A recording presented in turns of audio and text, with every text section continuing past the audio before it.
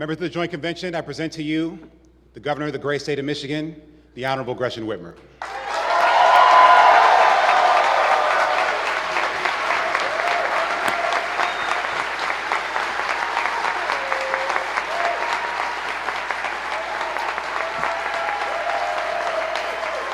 Thank you.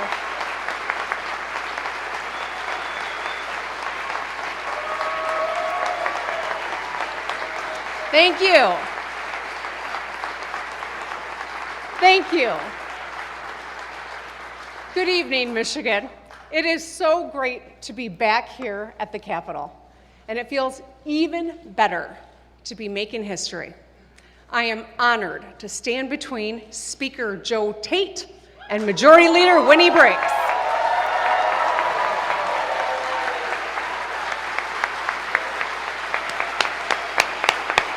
Amazing.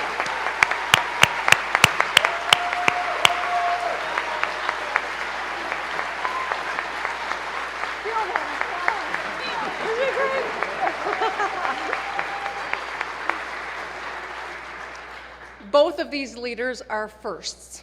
The first Black speaker and the first woman majority leader in Michigan history.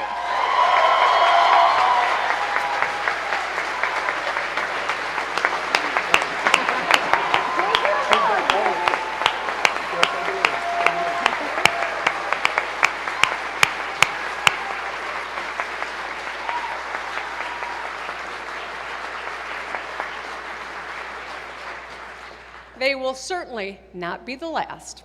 So, Speaker Tate, Majority Leader Brinks, Minority Leader Hall, Minority Leader Nesbitt, I look forward to our partnership centered on problem solving.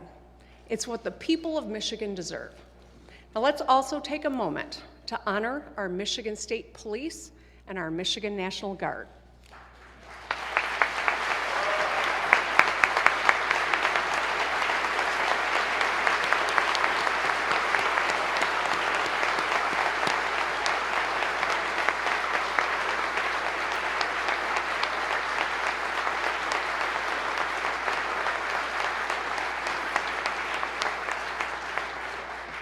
They and their families make sacrifices to keep us all safe. We will always have their backs, and we mean it. We are calling on the Biden administration to keep supporting our Guard members, their families, and the community, and together to continue to base a fighter mission at Selfridge National Air Guard Base in Macomb County.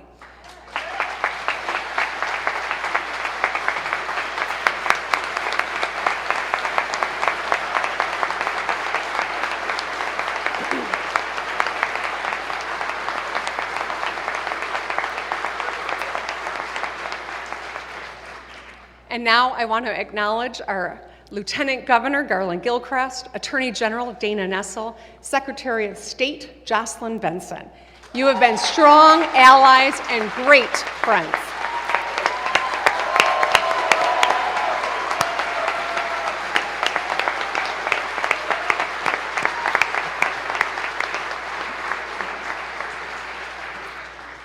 I'm looking forward to more good work together. And I also want to acknowledge our incredible state employees, my cabinet, my executive office staff, who work so hard to move our state forward. I couldn't do this without you. Thank you.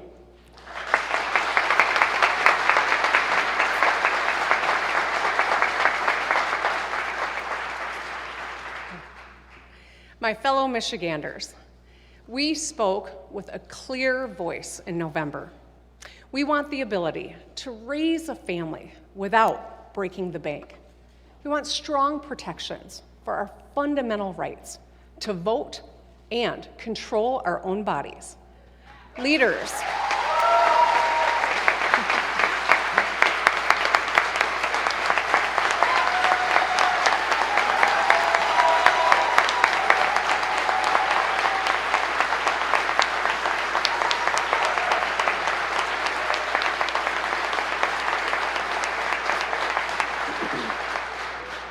leaders who will work across the aisle to solve problems and deliver on the issues that make a real difference in our lives. Michiganders are facing the pinch right now, picking up items at the store and then putting them back before checking out, having tough conversations about medical bills, prescription drugs, what paths their kids can afford after high school. We are all concerned about making sure we live in a safe neighborhood and have jobs and businesses in our towns next year and next decade. We might not be able to solve inflation or supply chain issues on our own, but we must work together to lower costs and put Michiganders on a path to a brighter future. As I said in my inaugural address, Michiganders compete with an underdog spirit and carry ourselves with a championship swagger. No challenge is too tough for Michigan.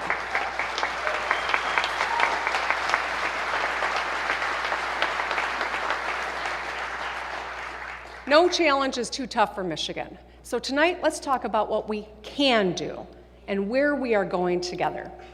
We are eager to chase our bright future with hustle and grit. Michigan, the state of our state, is strong and ready to go.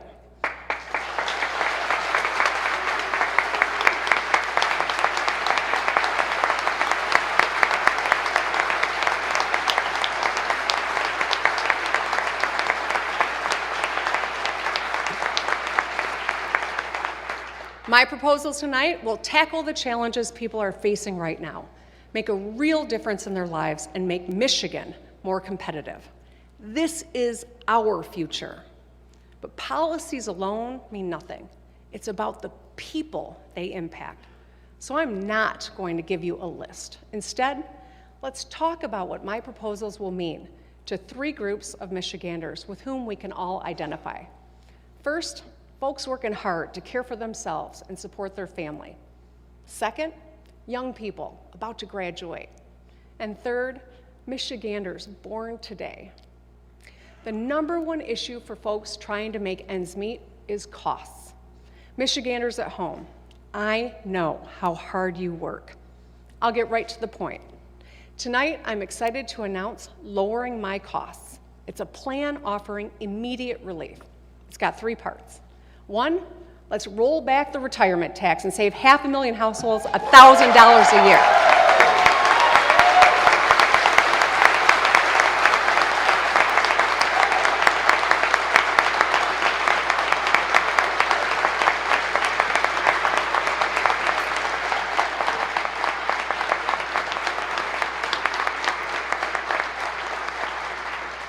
Second, let's expand the Working Families Tax Credit, delivering at least $3,000 refunds to 700,000 families.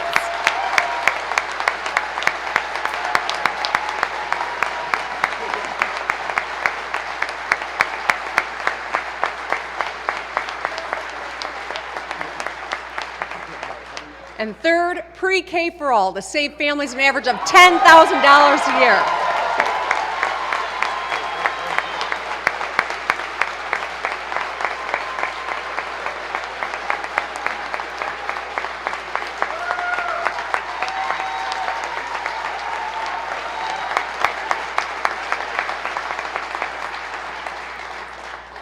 I know we might have different perspectives here, but I sure hope we can all get around supporting 4-year-olds across Michigan.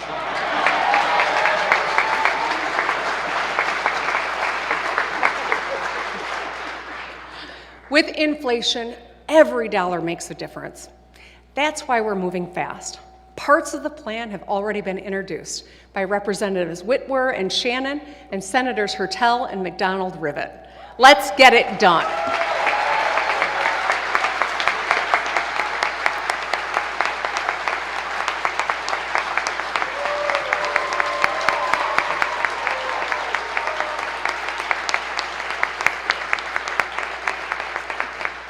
Now let's talk about what lowering my costs means for you. Repealing the retirement tax will make a huge difference for our seniors. Ultimately, it will save 500,000 households an average of $1,000 a year. That's money for prescriptions and groceries and gas or gifts for your grandkids. Now, I fought this tax when I was here as a legislator and as governor because I know it hurts people. We need to get this done for Michiganders like Michael, a retired firefighter from Livonia. He, like so many, was aghast when his retirement income was suddenly taxed. He spent his career putting his life on the line to pull his neighbors from burning buildings. And then the state changed the rules in the middle of the game, raising taxes on his hard-earned dollars. Seniors who served, saved, and did everything right deserve to keep more of what they earned. Let's get it done.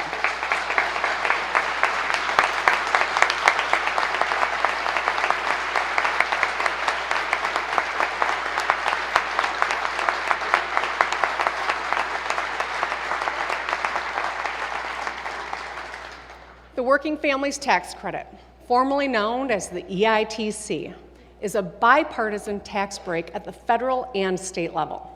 Boosting it delivers an average refund of at least $3,000 to 700,000 families. As we work together to build a brighter future, we need to lower costs and support every kind of family, those who have kids and those who do not.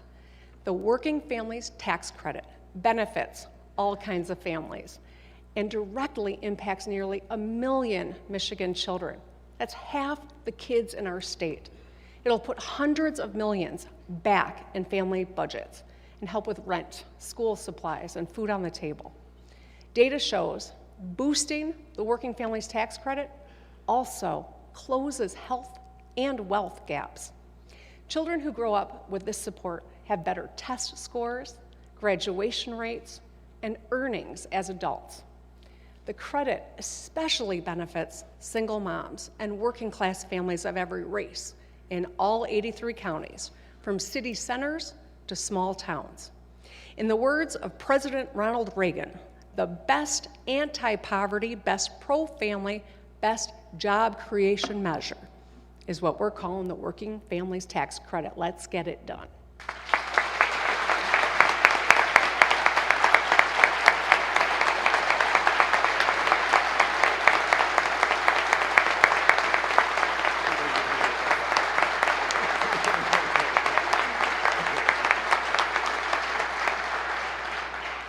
So these two tax changes will right a wrong inflicted on Michiganders 12 years ago. In 2011, seniors and hardworking families had the rug ripped out from under them when the retirement tax was enacted and the Working Families Tax Credit was gutted.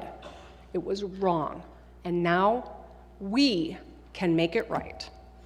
Lowering my costs goes further to save people money. So part 3, pre-K for all, serves families an average of $10,000 savings a year compared to their current pre-K or child care. Every single parent, every one of us knows that an early start is critical to our children's future. That's why we read and talk and sing to our babies. That's why we worry about finding a great child care provider and have wait lists for great preschools. It's why one of us showed up to work just hours after his daughter Violet was born yesterday.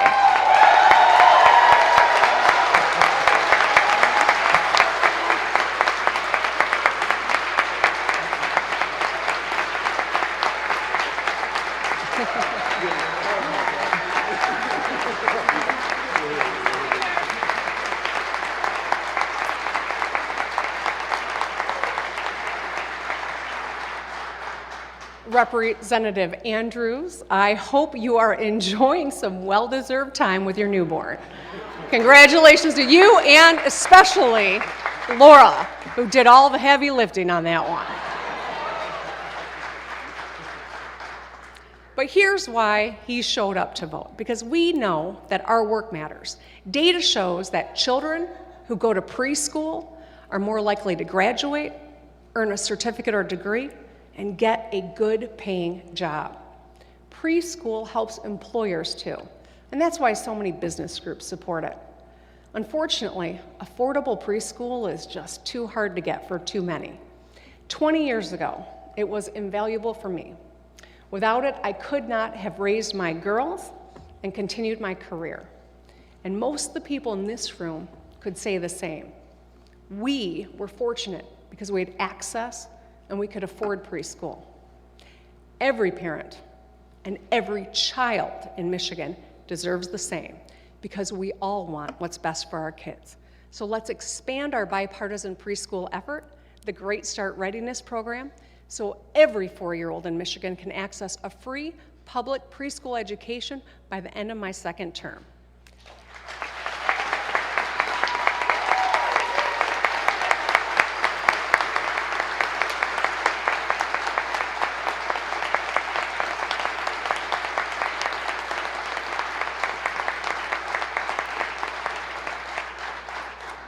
This investment will ensure that children arrive at kindergarten ready to learn, and it'll save their families upwards of $10,000 a year.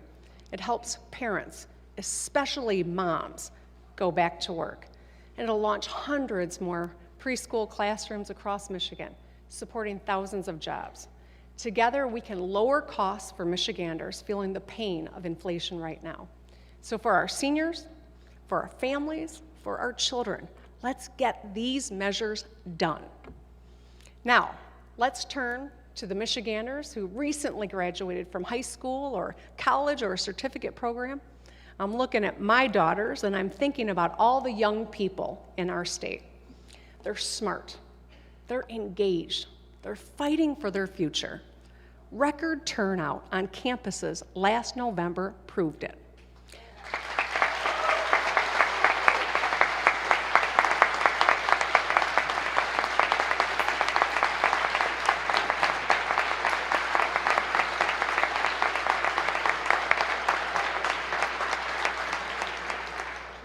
I know that our Secretary of State, Jocelyn Benson, will ensure their votes and the voices of every Michigander are heard and counted in every election.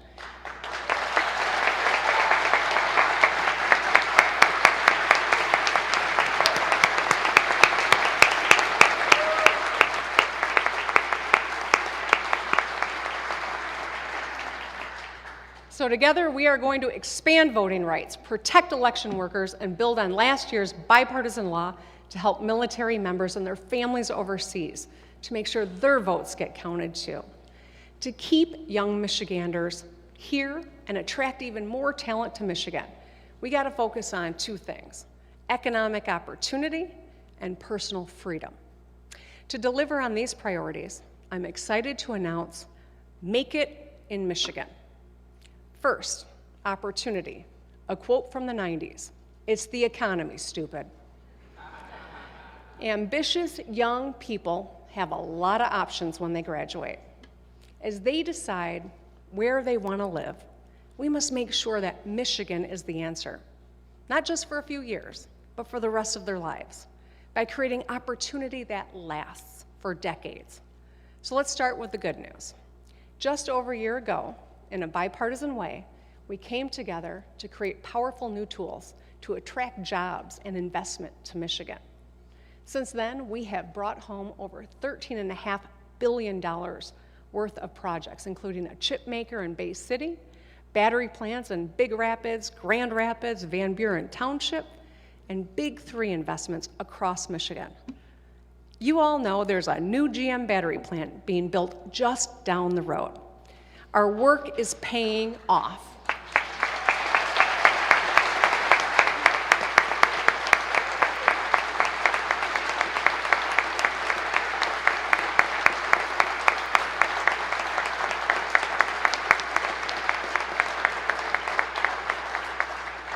And as the mayors and county executives here know, when we compete and we win, it is good for everyone in the community.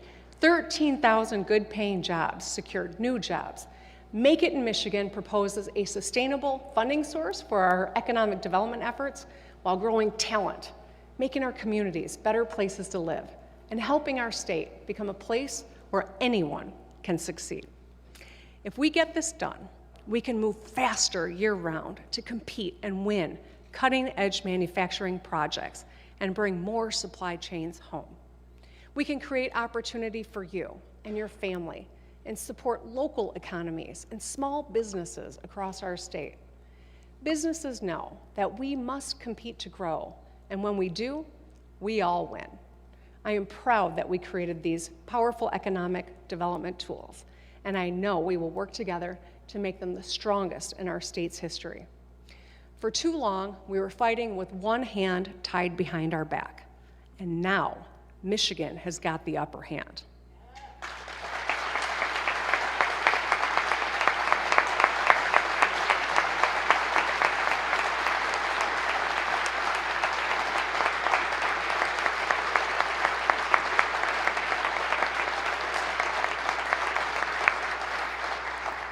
Hustling for more projects is a solid first step, but building a strong economy is a marathon, not a sprint. If we want to play in the global market, we must go everywhere and compete and win against everyone. The good news is competition's in our DNA. Whether it's a local rec league or global manufacturing market, Michiganders hustle. And that spirit can be found in our hungry, passionate young people too.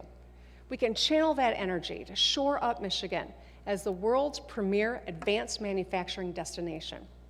The last few years, with economic shocks in China and Russia's invasion of Ukraine, have demonstrated that a domestic supply of chips and energy is tied to national security. And that's why over the last few weeks, I've met with business leaders around the globe and across our nation, and I told them what Michigan has to offer. Friendly, hardworking people, unbeatable natural resources, a great quality of life at a good cost of living. And most of all, I told them we will do what it takes to bring them to Michigan because our young people deserve the best opportunities in the world right here.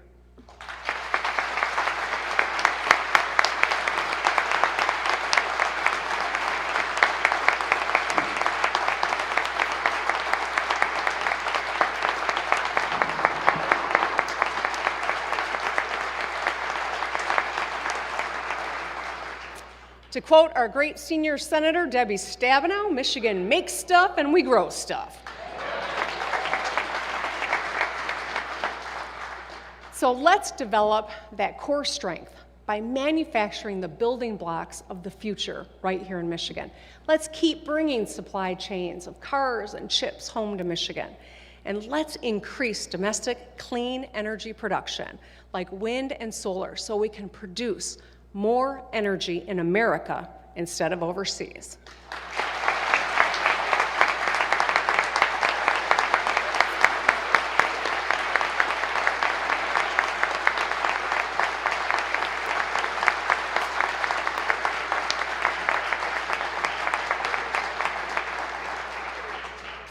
To help young people get jobs, to make stuff and grow stuff, let's support talent development.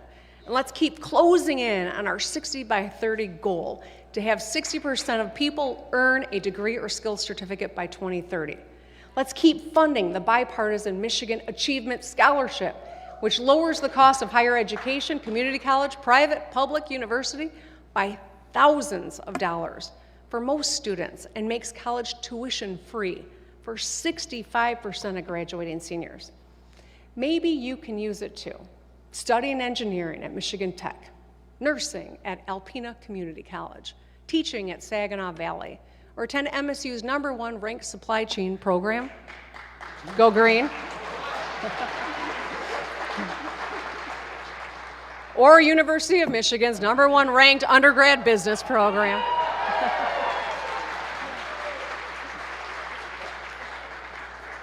Rivalries are fun, but we are all on Team Michigan. We got 15 phenomenal universities and community colleges across the state. Let's find apprenticeships and initiatives that are putting nearly 200,000 Michiganders on tuition-free paths to higher education or skills training, helping them land good-paying union jobs.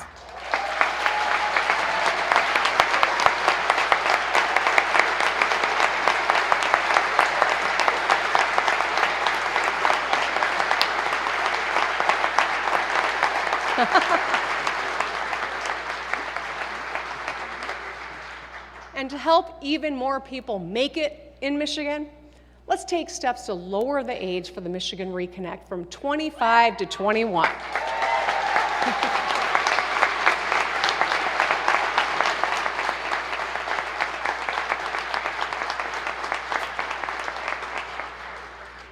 Reconnect is our bipartisan program that offers anyone 25 and older a tuition-free associate's degree or skills training. I want to thank Senator Anthony for her work to establish and grow this program.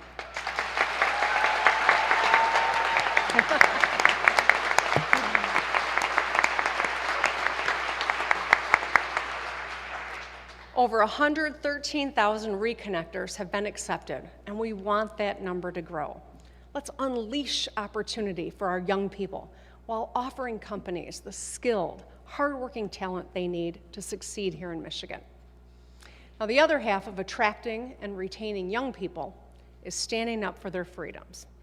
Just a few months ago, Michiganders told us that people should be able to make their own decisions about their own bodies. Let's get to work.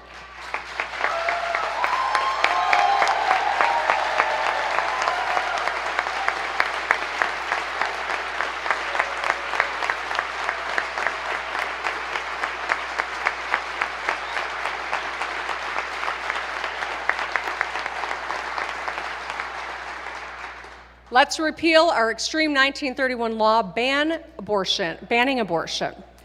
And I want to thank the Progressive Women's Caucus for their leadership on this issue, and Representatives Pohutsky and Senator Geis for introducing legislation to get it done.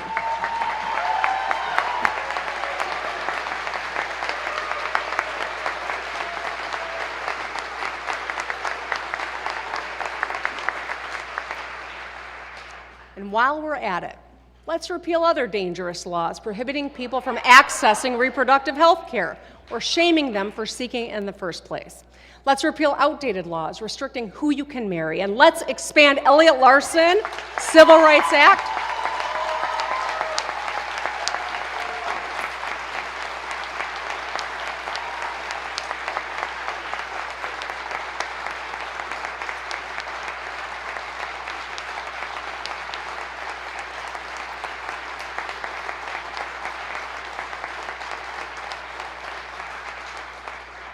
Let's expand the Elliott Larson Civil Rights Act so you can't be fired or evicted for who you are or how you identify or who you love.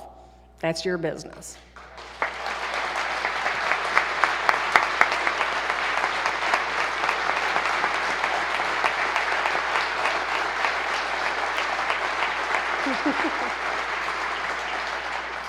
So I called for this back in my first State of the State back in 2019, and I want to thank Senator Moss and Representative Hoskins for introducing the bill. Let's get it done.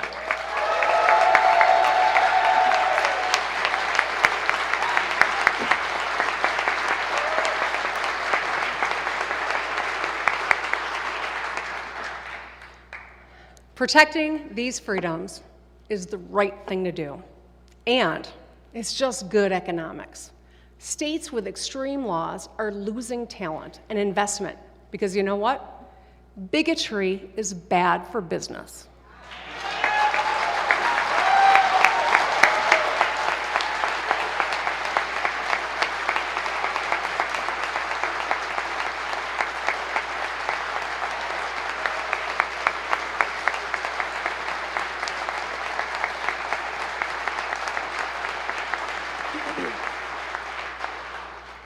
Anyone who knows the history of the state of Michigan knows we should build our reputation as a welcoming beacon of opportunity where anyone can succeed.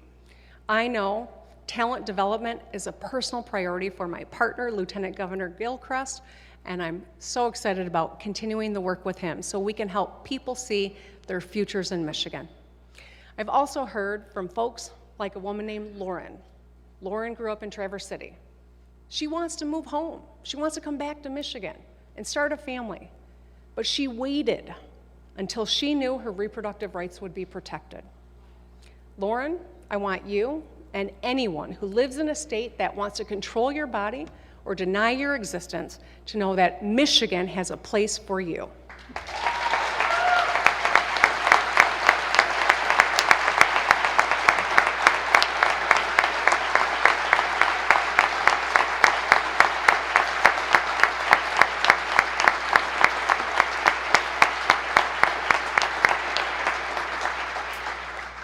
So together, we're going to change Michigan from a state with century-old bans to forward-looking protections. Our message is simple. We will fight for your freedom. And you know what? Let's go on offense. I'll go to any state that restricts people's freedoms and win business and hardworking people from them. I'm looking at you, Ohio and Indiana.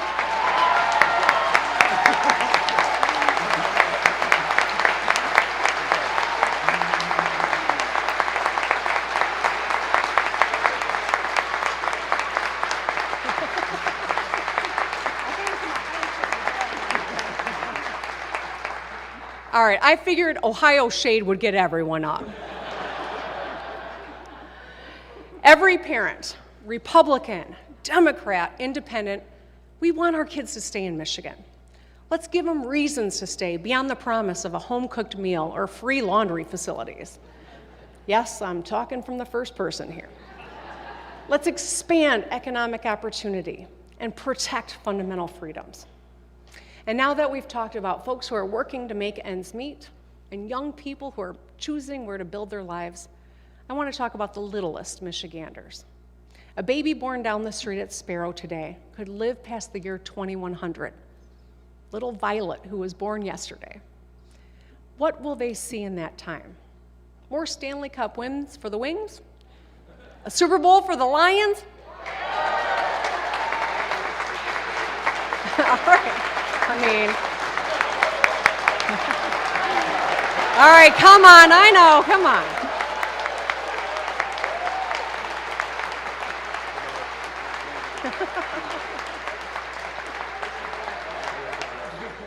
A World Series for the Tigers?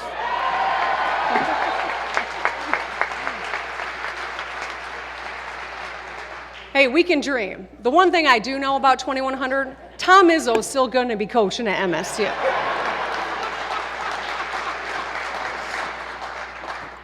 The truth is, we have no idea what kids born today will live through.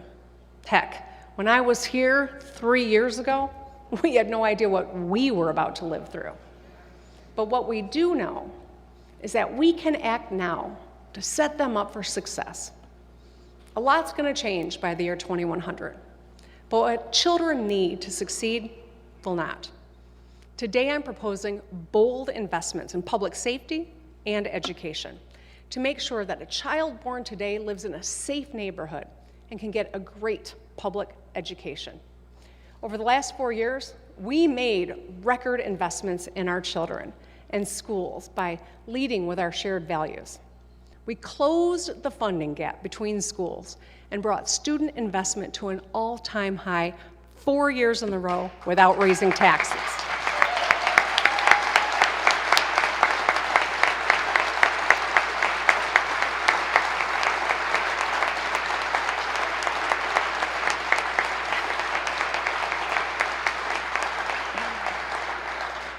We made a generational investment to build new libraries and labs and improve air in classrooms and water from drinking fountains.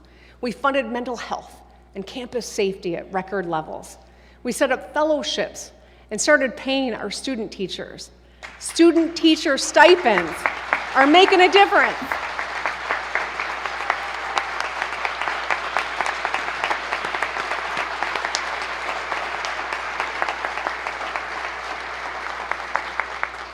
Student teacher stipends are already making a difference for future educators like Zahara from Canton. She uses the money to pay her bills as she gears up to enter the classroom. Zahara, we are rooting for you, and we will continue having your back. We'll continue this work so every classroom has a caring, qualified educator. In the months ahead, we'll deliver another strong education budget. But we must do more. Let's fund My Kids Back on Track and offer every child personalized learning support to get them back on track for long-term success. I want to thank Representative Hadsma for championing this issue. When a child gets a great start and learns to read and graduates high school, there he is.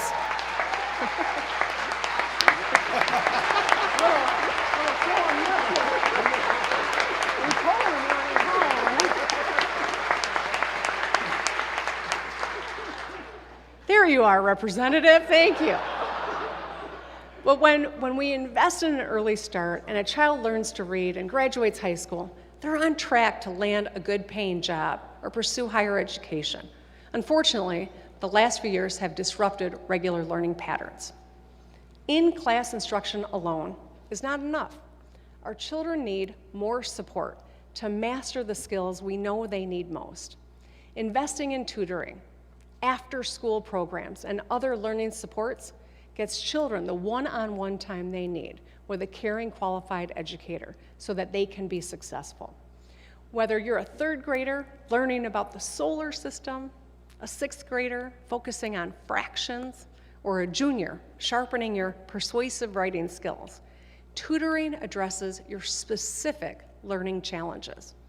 And we know that education investments matter to the private sector too. Employers know that today's students are tomorrow's workforce and entrepreneurs. We need tutoring to get our kids back on track for Michigan's long-term economic success. Let's fund My Kids Back on Track before spring break.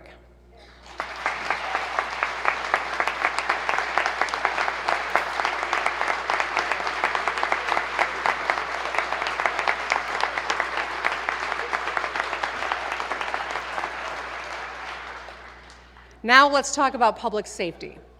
As a former prosecutor, public safety is a top priority for me. I will work hard to make sure everyone can get home at the end of the day. And I'm proud to have a strong partner in our Attorney General, Dana Nessel.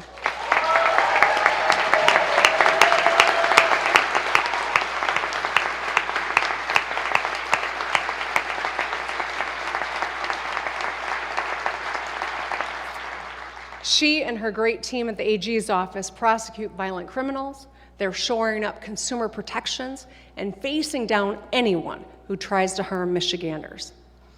Thank you.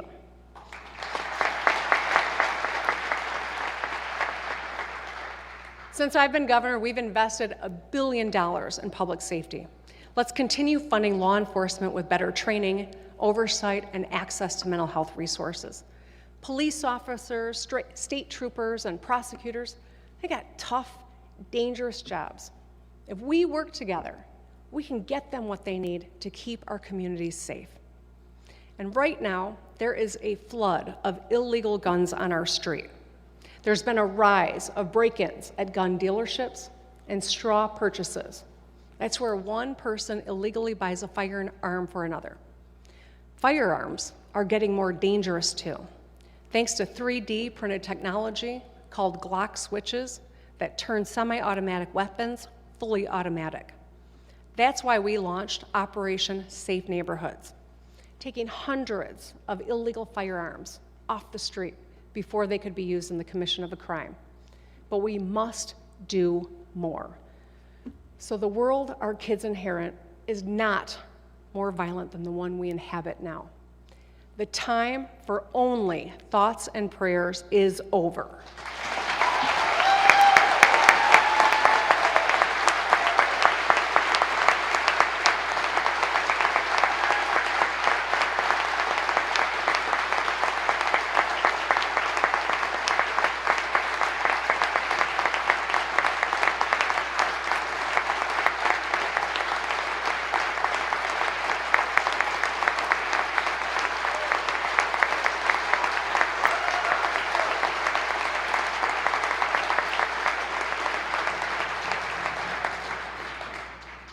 It's time for common sense action to reduce gun violence in our communities.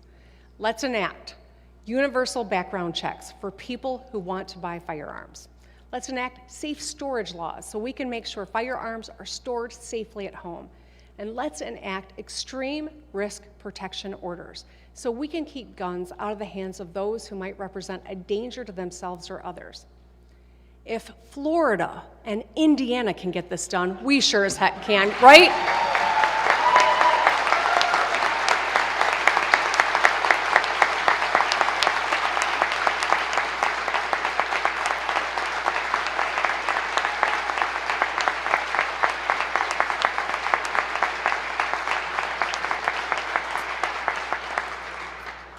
Despite pleas from Oxford families.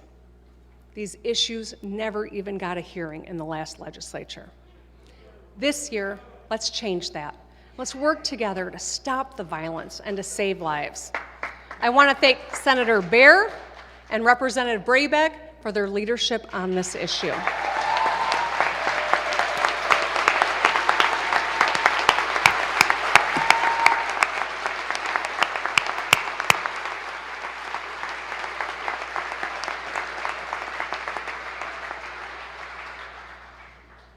And I want to be very clear, I'm not talking about law-abiding citizens.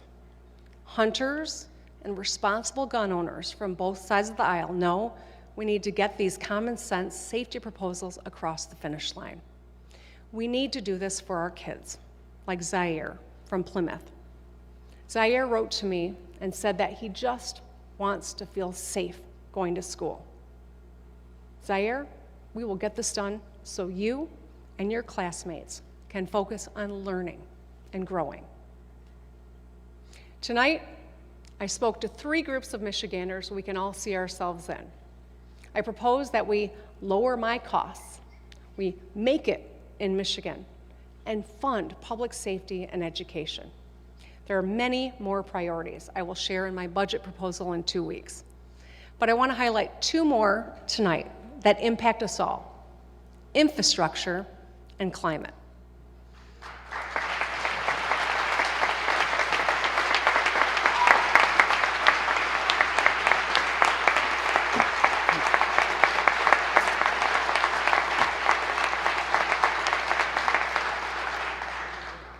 Now, if you just moved to Michigan or you've been living under a rock, you might not know roads are pretty important to me and to the people of Michigan. Our state flower might as well be an orange barrel. Since I took office, we've fixed 16,000 lane miles, 1,200 bridges, and we supported 89,000 good-paying jobs in the process.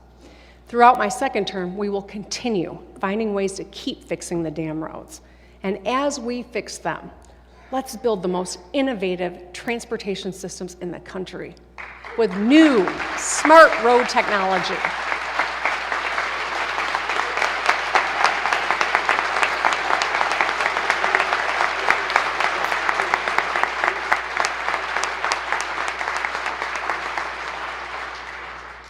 With new smart road technology, we can avert hundreds of crashes and get the next generation of Michigan-made vehicles on the road.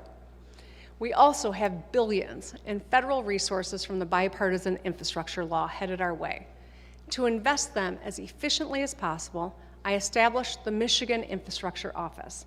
This year, it will redouble its efforts helping to build up every kind of infrastructure: roads, high-speed internet, clean energy, and lead-free pipes.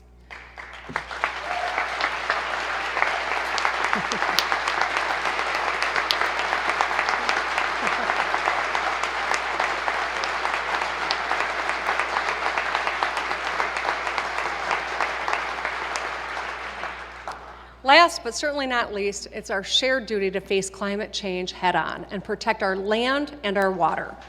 We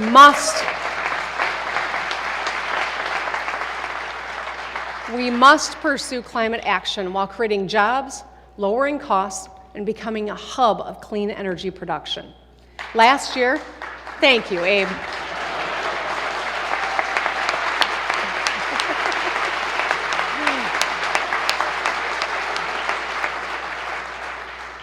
Last year, we unveiled the My Healthy Climate Plan, and this year, we should make bold investments in climate action to deliver on our targets. Let's get it done.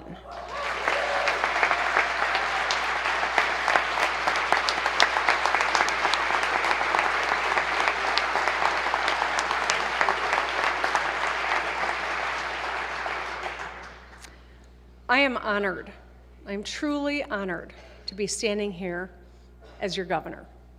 And I will work with anyone who's serious about solving problems so we can move our state forward. Before I go, I want to talk about an American superpower: belief. I've always been a hopeful person. I believe in our bright future. I write in my gratitude journal every day, and insist on quoting Ted Lasso, much to my staff's chagrin and occasional delight. But don't get me wrong, I am not naive. Over the last 4 years, we have faced historic challenges and seen the visceral consequences of political division. The prevailing take now seems to be that things will get worse, and fatalism is in vogue as people wonder aloud whether America's best days are behind her. I reject that. We cannot mistake pessimism for intelligence, and we must never forget who we are. My fellow Michiganders, we live in a special place. Our beautiful state has played host to so much progress because of our unbreakable, hopeful spirit. As the world grapples with big challenges and asks itself tough questions, our responsibility as Michiganders is to roll up our sleeves and do the work. On May 31st, 1907, that's exactly what President Teddy Roosevelt reminded us at a speech just down the road at Michigan Agricultural College, known as MSU today. I think Tom Izzo was coaching then too. President Roosevelt said, "I believe in the happiness that comes from the performance of duty, not the avoidance of duty. But I also believe in trying, each of us, as strength is given us, to bear one another's burdens." Michigan, let's embrace our duty. Let's show everyone that the cure for cynicism is competence. Let's lead by example as a state of hard-working, happy warriors. As Coach Campbell said, we know what we are. So whether it's your buffs, or the map decal on your car, or your grit hat, let's show the world we are Michiganders and nothing's going to get in our way.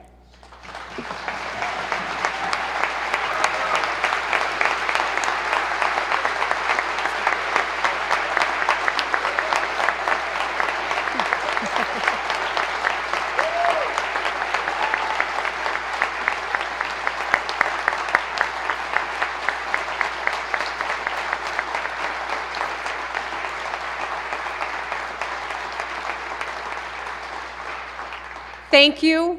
Let's have a productive term. Drive safely, and good night.